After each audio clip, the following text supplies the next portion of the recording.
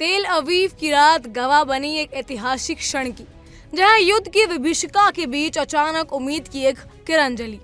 Gaza में लंबे समय से जारी बंधकों की कैद और हमास के साथ चल रहे तनावपूर्ण हालातों के बीच सोमवार को जो दृश्य सामने आया, उसने पूरी दुनिया का ध्यान खींच लिया। इजराइल में अमेरिकी मध्यस्थता से हुए युद्ध विराम और बंधकों की रिहाई के इस मौके पर एक और नाटकीय दृश्य नजर आया। एक ऐसा शख्स मंच पर नजर आया जो हूबहू अमेरिका के राष्ट्रपति डोनाल्ड ट्रंप की तरह दिखता है।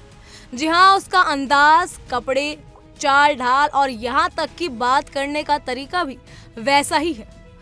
उसने जैसे ही माइक संभाला, राजनीतिक भाषा में बोले गए उसके शब्दों ने भीड़ को झकझोर दिया। एक बार नजर डालिए इस वायरल वीडियो पर। Las Vegas once. Her name was Serona. I'm going to visit her. You have a credit, but I made it happen. Let's make it clear. Thank you. I love you. I love you. Thank you, Trump. Thank you, Trump. Thank you, Trump. Thank you, Trump. इसमें ये शख्स कहता नजर आ रहा है कि इसका श्रेय आपको जाता है, लेकिन मैंने इसे संभव बनाया है। चलिए इसे स्पष्ट कर देते हैं। शुक्रिया, मैं आपसे प्यार करता हूँ। और फिर वहां मौजूद लोगों ने थैंक यू ट्रम्प के नारे लगाए और तालियों की गूंज ने माहौल को पूरी तरह से बदल दिया। ये नजारा तब सामने आया जब हमास ने गाजा में पकड़े गए पहले 7 इजरायली बंधकों को रेड क्रॉस के जरिए सौंपा। ये 7 लोग उन 20 बंधकों का हिस्सा हैं जिन्हें सोमवार को चरणबद्ध तरीके से रिहा किया जाना है। जैसे ही खबर फैली, तेल अवीव के हॉस्टेस स्क्वायर और गाजा सीमा से लगे इलाकों में भारी भीड़ जमा हो गई। लोग इजरायली झंडे लहराते हुए, अपने परिजनों की तस्वीरें लिए हुए और आंखों में उम्मीद लिए इस पल का इंतजार कर रहे थे। उनके लिए सिर्फ रिहाई नहीं, बल्कि उस डरावने समय से बाहर निकलने का संकेत था जिसे वो लंबे समय से झेल रहे थे। कई परिवारों ने इसे अविश्वसनीय राहत का पल बताया। इजरायली सेना और सुरक्षा एजेंसी ISA ने भी इसकी पुष्टि की कि 7 बंधकों को रेड क्रॉस की निगरानी में सौंपा गया और बाकी के बंधकों की रिहाई की तैयारी भी अंतिम चरण में है। इस पूरे समझौते के तहत सोमवार को सभी जीवित बंधकों को रिहा किया जाना है। बदले में इजराइल कुछ फिलिस्तीनी कैदियों को छोड़ने के लिए तैयार हुआ है। ये पूरी प्रक्रिया अमेरिकी मध्यस्थता और दबाव का नतीजा बताई जा रही है। डोनाल्ड ट्रंप ने खुद इस समझौते को अपनी कूटनीतिक सफलता बताया।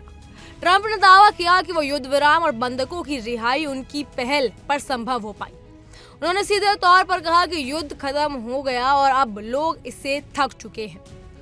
ट्रंप के मुताबिक उनकी सरकार की सख्त नीतियों और ईरानी समर्थित संगठनों पर डाले गए दबाव के चलते ये शांति समझौता मुमकिन हो पाया। ये बयान उन्होंने एयरफोर्स 1 से इजराइल पहुंचने के बाद दिया। गौरतलब है कि 7 अक्टूबर 2023 को हमास के अचानक हमले में 1200 से अधिक लोगों की जान चली गई थी और 251 लोग बंधक बना लिए गए थे। इसके बाद से 2 साल में कई बार बंधकों को छोड़ा गया, लेकिन अब भी 47 लोग कैद में हैं। सोमवार को जिन 20 लोगों को छोड़ा गया, उनकी वापसी ने पूरे देश में राहत और खुशी की लहर दौड़ा दी है।